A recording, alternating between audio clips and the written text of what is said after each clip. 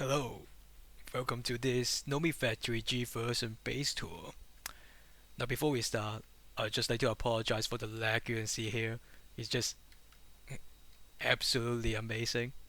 But unfortunately I don't really have a good PC, and in addition to that, I also don't have a server. In fact, this one is actually a single player world. As you can see here, I did this in around 13.33 days, and right now it's 13.35 days. I managed to get this creative item on my own. And this mod, the reason why I play this mod pack is mainly because I would like to learn Greg tag. Um, and upon reaching this, uh, the approach I choose to build this base is a bit reminiscent of me playing Factorial. So for a bit of a context, I actually have 2,000 hours of playing Factorial, and I would say I'm an expert, but I'm definitely at least experienced at it. And one of the base designs they have over there is something called City Block. So for those of you who don't know, City Block is basically like assigning, let's say, 100 by 100 tiles dedicated to one block, and then in that one block is going to produce a specific item. So let's say circus. I have adopted this design into this small pack we can see here. So as you can see here, it really, in terms of the chunk occupied, really isn't that much. But what I'm utilizing in what Factorial cannot is the verticality. Hence the abomination you see in the thumbnail, probably why you click on this video. So as you can see here, each chunk has their own unique job purpose. If I manage to open the overlay here, for example, there's just some of these just kind of for different types of assembly lines. Nice freeze, by the way. As you can see, there's different assembly lines, whether it may be passive thing for the micro miners or just on-demand crafting in general. And over here, you can see this part pretty much very much redundant, but it's mainly for the oil processing. You just see a bajillion of different fluid there. Most of them I don't even know what they do anymore, as you would do. Over here, you can see the grad 10 machine, which is for on-demand crafting again. And over here, you can see there is a single block machine for on-demand crafting. And yeah, you may be able to notice, you probably can't, but this stuff is actually M3 machines. So yeah, that's why this base actually must exist right around M3 base, and I'm pretty proud of that. Considering if you can see the cracks here, the game really wants you for some reason to build a new base, and there's another base tour video that I saw, and they do exactly just that for me. For me, I just kind of learned the mod, and I just kind of wing it. I'm really happy I was able to defy the norms, if that's even a norm at all. But yeah, in this space, pretty much can kind of see a history, pretty much all the way early from M3 stuff to AE, and then this one maybe is H3, is it? Or it's L3 even, so it's downgrade. This one is H3, and E3, I3, LU3. There's a bunch of other machines for the soul binder and stuff. This is pretty much for the extended crafting stuff. Just crafting whatever they need to. CPM over there.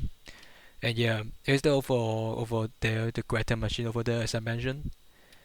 Over here, over this chunk here, you have the alloy blast melter stuff, plus a bit of just a random multi-smelter and some clean room setup over here. But the approach I took for the blast melter, I don't know if it's just a common thing, but pretty much I have every single interface indicated different items, although this one is canful. So if we just take a look at both, you can see there's draw just allocate to that spot, and the below is going to dedicate it to whatever this thing is, manganese phosphate. And I pretty much do it for all of them, pretty much. But obviously, after creating them, they pretty much have no purpose at all. So is the thing over here, the thing that produces stem cells over here. And in before this one, let's talk about this one first. This one is the clean room. The big clean room, 15 by 15. Such a pain in the ass to set this thing up. 15 by 3 by 15. I thought as long as you can align the chunk, it will be fine. Turns out it is not, because it took me a while, and I don't think there's anywhere that is mentioned, so I guess I'll mention it here. If you are actually a bit knowledgeable about technical knowledge in Minecraft, turns out chunk actually also defines in the y-axis as well, so you do have to take a look in that. Turns out I was a few blocks too low, and it just crossed over two chunks and it decided to not work. So fun. And this layout I don't think is on the normal layout, like on the mod layout here, on the F line over here, which is just magnificent. But inside here, I still have the stuff producing stem cells if I can enter through the door, which is a bit of a struggle. Okay, there we go. I have 32 chemical reactors CPM and 32 UV chemical reactor for the stem cells. Now, to be honest, maybe you could just plug a large chemical reactor down here somewhere and it may work, but I tried that, but for some reason it doesn't want to work, so I don't really know what's the deal with that.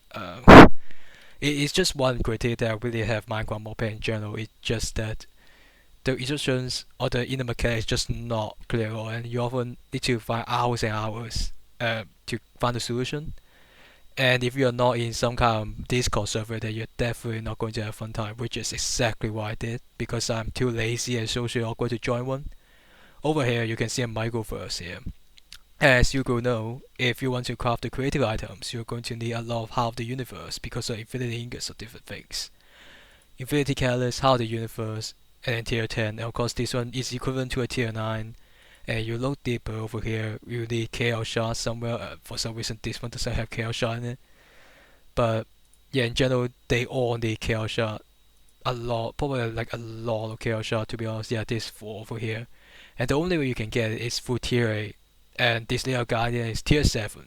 So in my mind, I thought, hey, let's just passive tier 1, 2, and 7 and 8. For tier 9 and 10, I actually craft on demand, which is why I have so many of these micro first projector in first place, but we'll get to that. So for tier 1 miner, if you play the mod, you know it's for the lithium. 30,000 disciple buffer. We did. Over here, there's the tier 2 miners, which is obviously for stellar creation data for a tier 9 mission. And you can see, yeah, there's just mining here, hydrogen card rolling in, and you just send mission on its own. Over here, you still have like the on-demand crafting, the new one that is. This one is the OG micro first miner over here, but we'll get to the story of this later. This micro first projector is for the tier 3 miners because I need perfect emeralds for some reason. So I need to make that too. Going back to these micro miners, this is the very first micro miner that I bought here, and I myself had this habit of not deconstructing the whole machines I have because I really enjoy it. I don't know why, I just really enjoy the story element of it, which is extremely weird. But here it is. These are all the original machines over here. All this, the crate originally I think it's originally a steel crate, but they're changing the titanium crate later on. But yeah, this is pretty much the OG machines for the ore processing and such, which is for me it's just kind of not unnecessarily convoluted, but then it's just like every single ore does the same thing, which is just go through thermal centrifuge. There's not really a whole lot of nuance going to this. You just go through macerator, soak it through some random chemicals, centrifuge, and then macerate again. And for gem model, it will be a bit different, like they say the diamond one. You should make it go through a sifter. That was like boohoo. Okay, I just set a new filter instead. So overall, I would say it's not too complicated. For titanium, for the wood tile dust over here, it's empty. For the wood tile dust over here, there will be some out of blast furnace over here. So not out of blast furnace, the blast furnace over there. One of them is just for titanium, just pretty much. And over here you have the advanced one, which is for tier 4, 5, and 6 mission, which after creative tech I actually didn't launch it that much. But I did launch quite a few tier 4s for the Grains of Infinity. I think it's just the most efficient way that way, no need to spam lava, power film everywhere. But yeah, deep here is all the magic happens. This is for the Dragon Heart side, but for 2048, I think, yep. And yeah, here is over the input bus over here. And you can see here, this is actually the OG miner for on-demand crafting before created tag. So you see all the encoder pattern here, which is I like this. It's like storytelling in itself. I like to leave among some moments.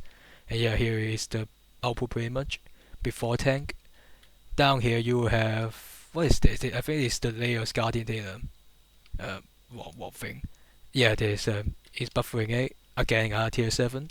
And then there's the tier 8 one here, which is for chaos shard, obviously. About 3,000. Now you may be wondering why would anyone need 3,000 of this chaos shard? But that's the thing. I would like to craft each of these items from scratch for some reason. So yeah, this one the 37 micro miners mission, 37 harder universe, sorry, which equates to around 2.5k KL shards, so that's why I buffer it that much. And all this bit, all of them are just for, not this one. This will is for on-demand crafting after tank. Just shove them in. There's 10 of these.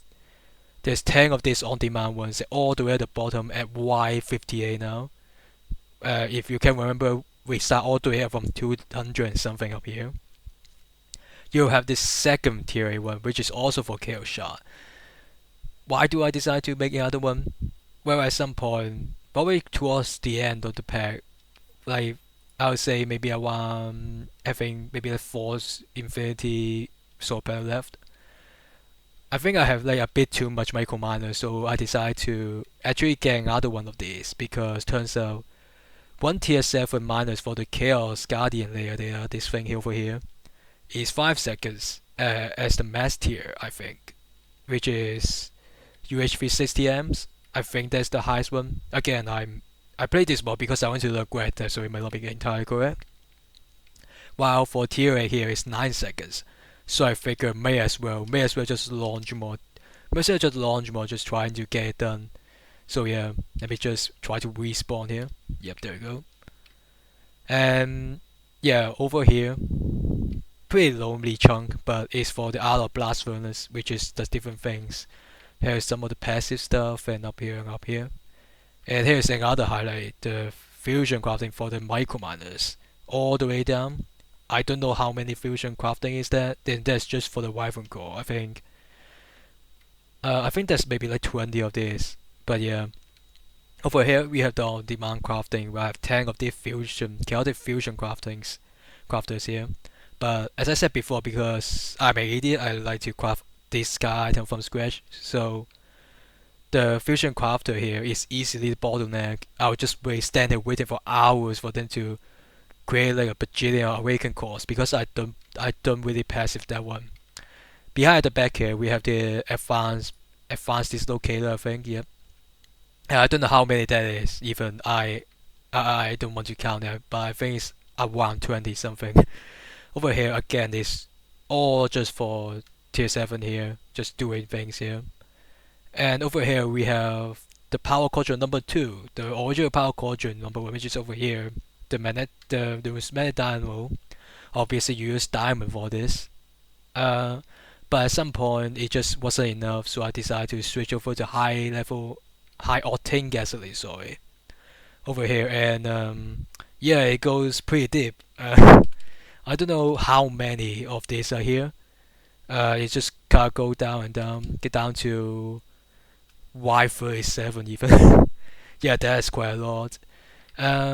To be honest, high octane gasoline kind of give me quite a few headaches, but honestly I've got kind of feel like power. I'm not too sure about the power matter in this. Maybe I'm just not playing the modpack right. But I just feel like the amount of effort you need to put in to build it, because well, I come from Factorio and you have blueprints, you just stuff copy and paste easily. And I do know there are gadgets here. I do have gadgets, I do have blueprints, templates in this thing called. But I do find really tedious to just copy and paste because the machine controller block, the LV bus, muffler hatch, all this stuff, for some reason they don't copy over, which is really bizarre, so hard to contours, and that makes it really tedious to pull up compared to Factorio.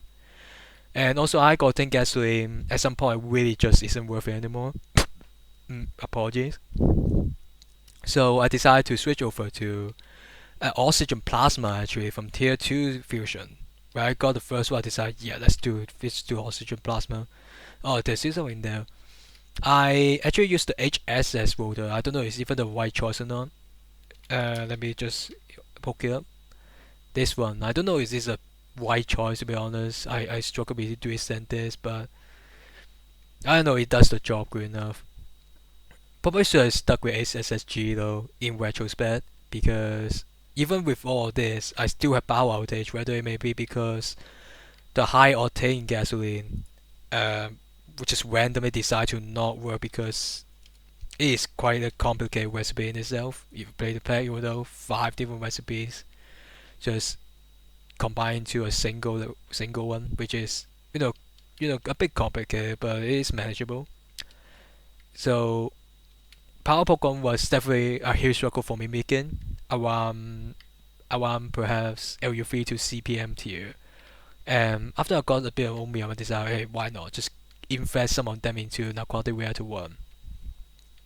Because I don't know, for some reason I decided to. But yeah, after getting the tank, I just get 8 more of these Narcotic Reactors, which was enough for sell some of the solidify recipe over them.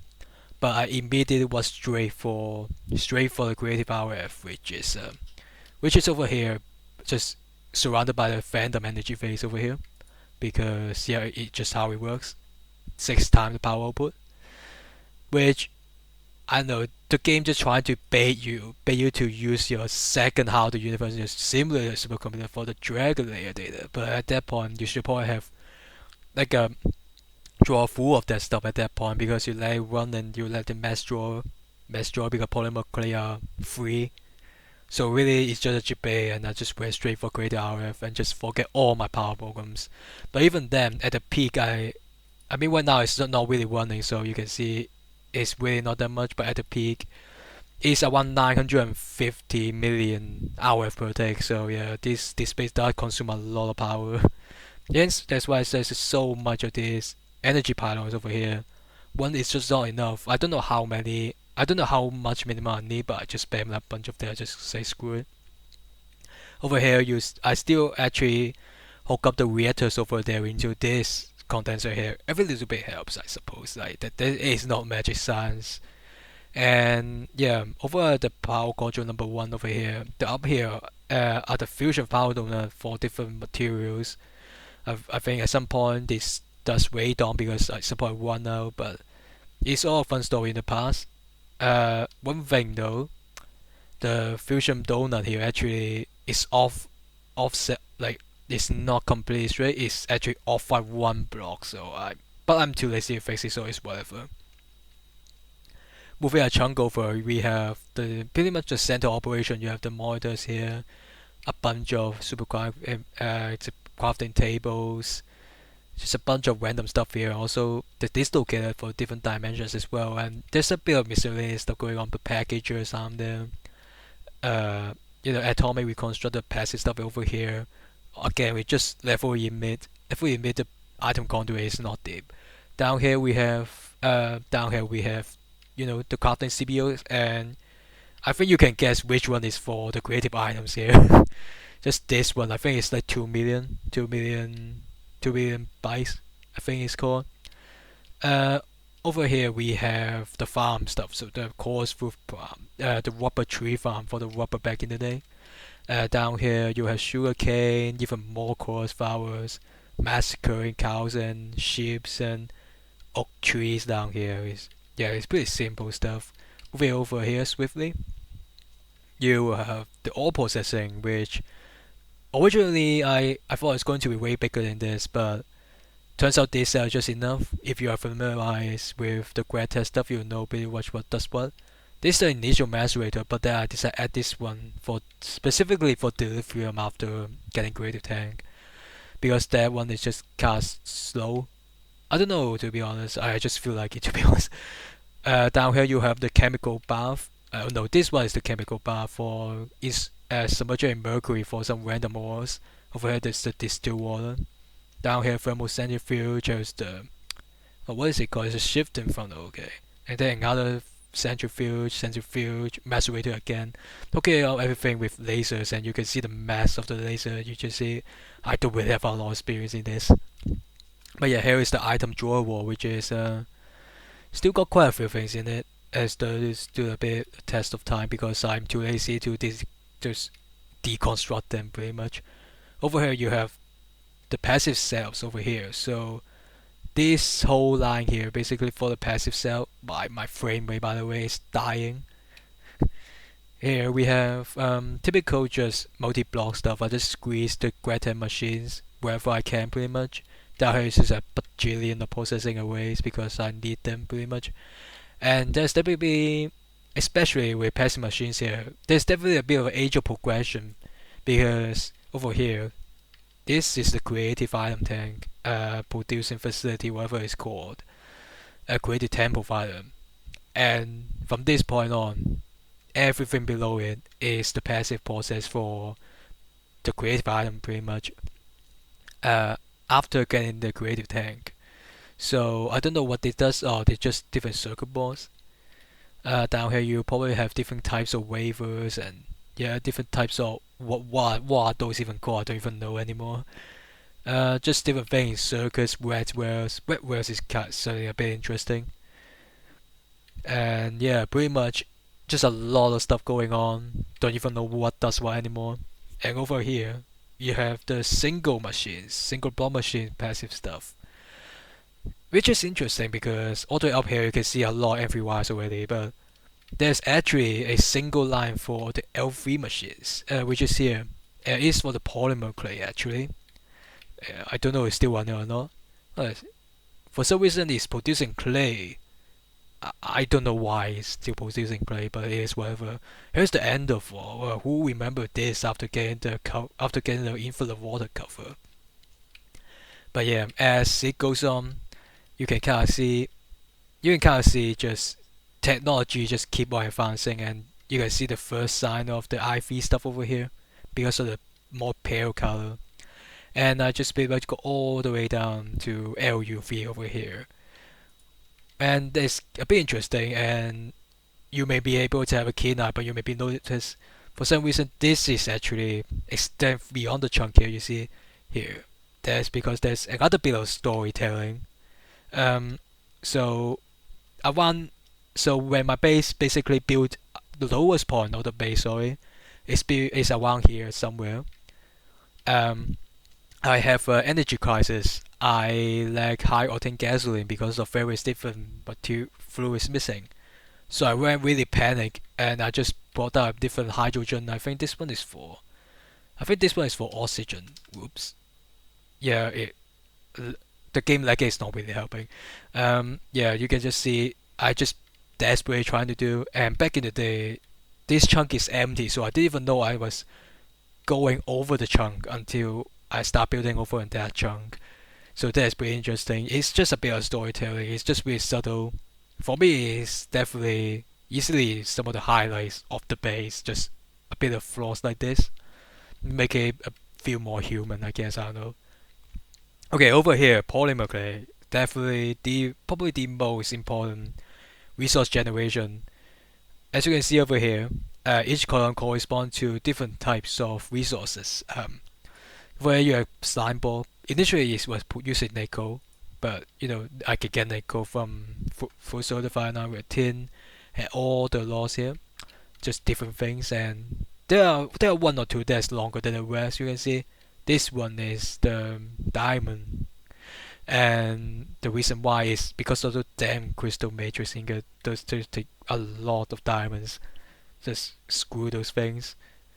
Another one is probably the ender pearls. Not ender pearls. What is this?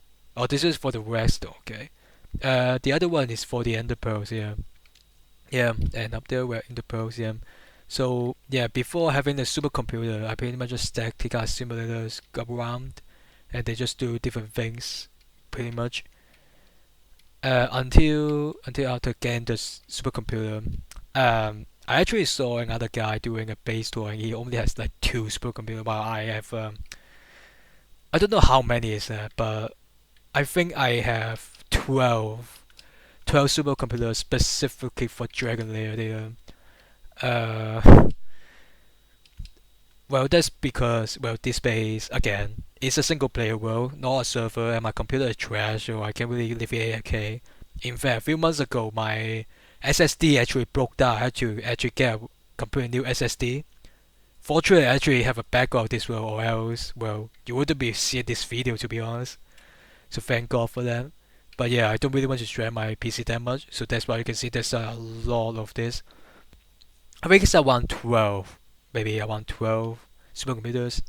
And then you have some ender pearls, which some I eventually later switched to the wither data, wither stuff, because I need the wither bows for the ultimate materials, I think it's called.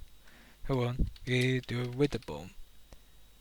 Yes, it's for ultimate material, because for some reason you only get one in this, while the other one, which is the guardian scale, you get 4, so it's kind of whack, but it's what it is. You move further down, I think there's some shulker. Oh, there's a creeper one here. I think it's for the code for red coal.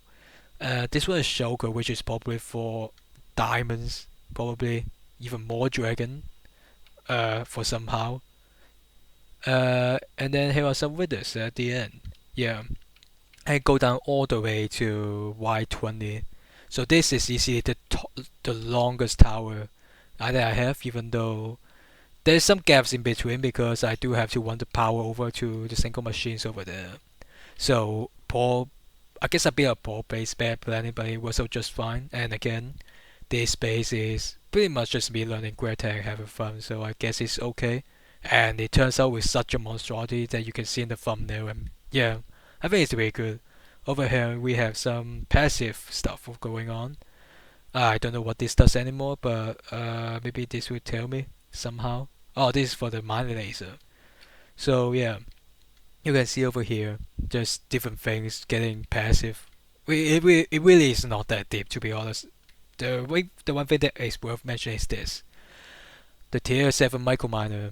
If you pay this more, then you will know it's a pain to really get them to passive because, well, this kind the limited item field from EnderIO is really convenient as long as you are just buffering items with less than one stack.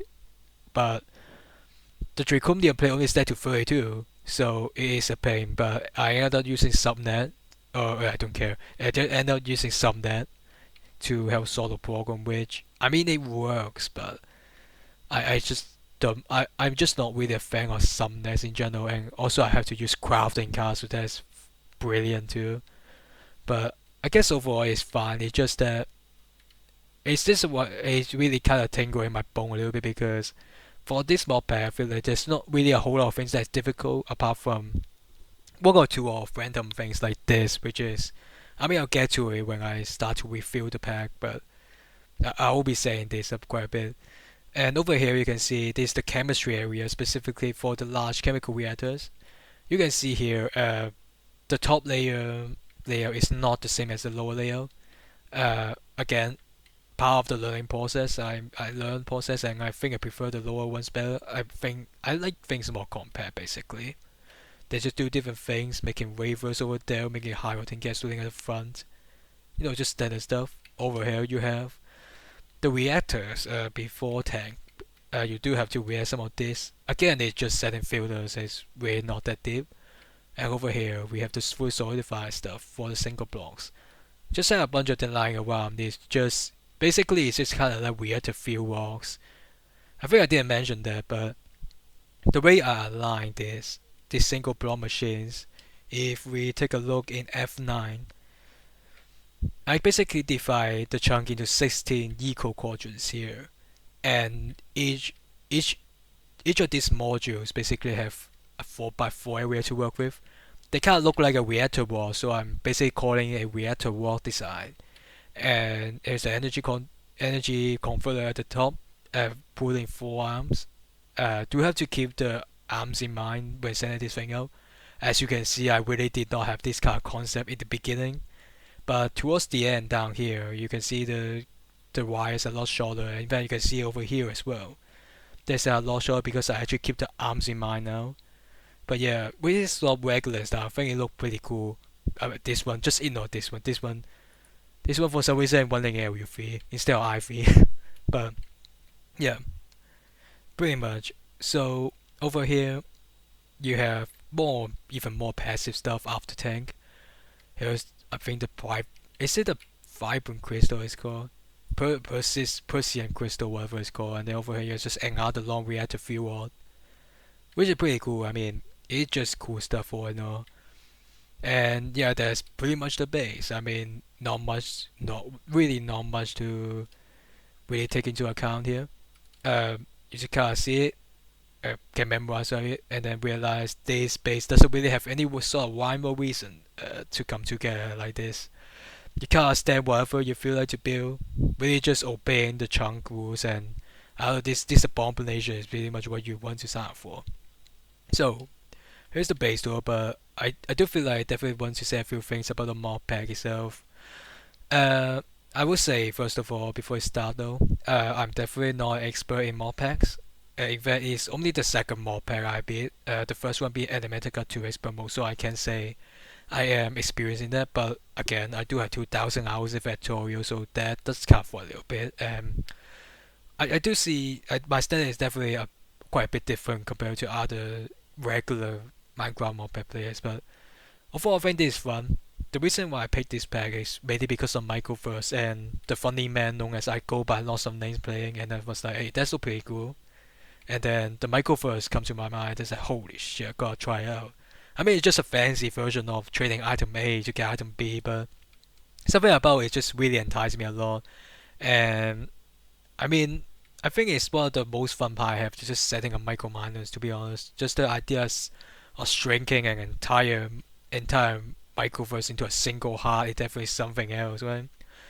But I definitely feel like there's some gripes that I need to address. First of all, again, let me talk about tier 7 micro miners over here.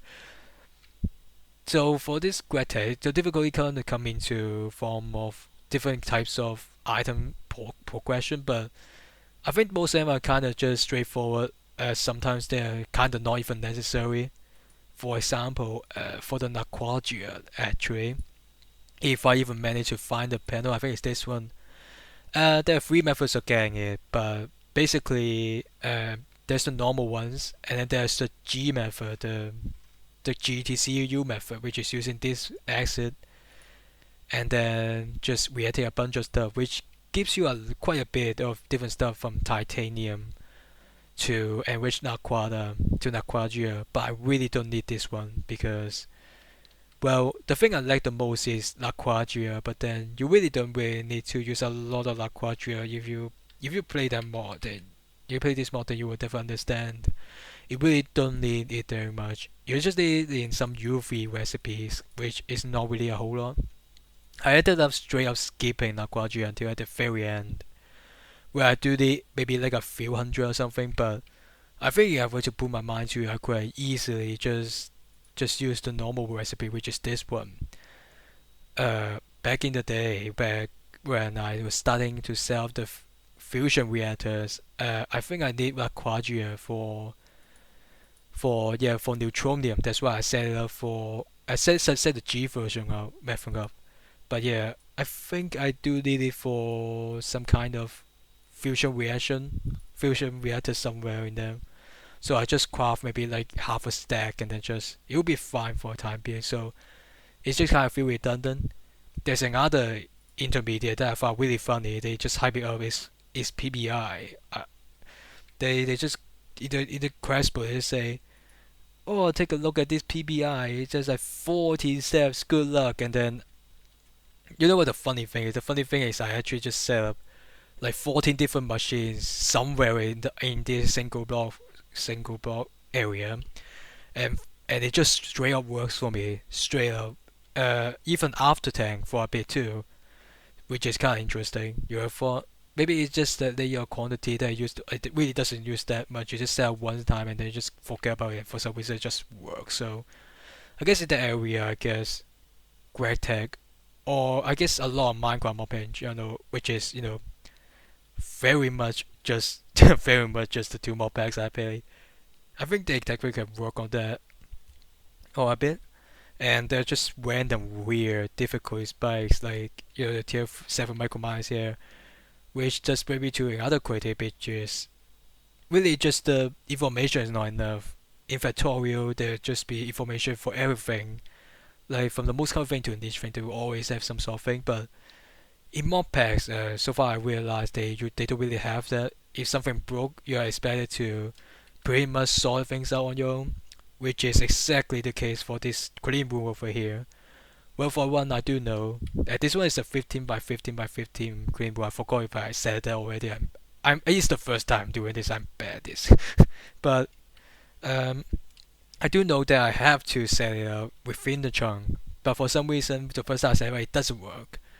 I fumbled for hours trying to reconstruct it, but it doesn't work. But then I remember chunk also align vertically as well, so you have to pull out the 3 plus G ones, and you can see a blue outline over here, just separating the different sub chunks. I think they are called. And well, I was building up a few blocks lower, so it technically was crossing over 2 chunks. After I'm moving it back up, though, it seems to be fine. But things like this is just not really warranted. I think they should definitely really have explained it better.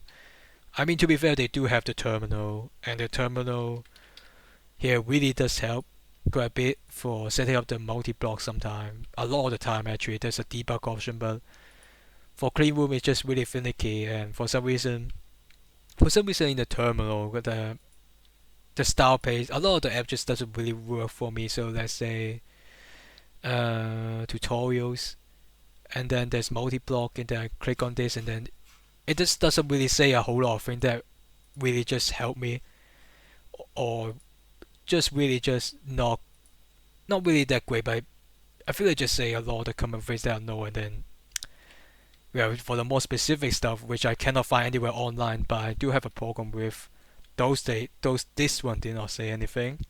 Also, the draconic one is still broken on my end. The draconic tablet is still broken, I mean.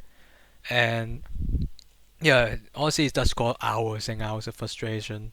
It doesn't come often, but it does come often enough to get on my nerves. 320 hours, they say, a few times, but I guess I get through it fine to the end. There's another thing that I really hate.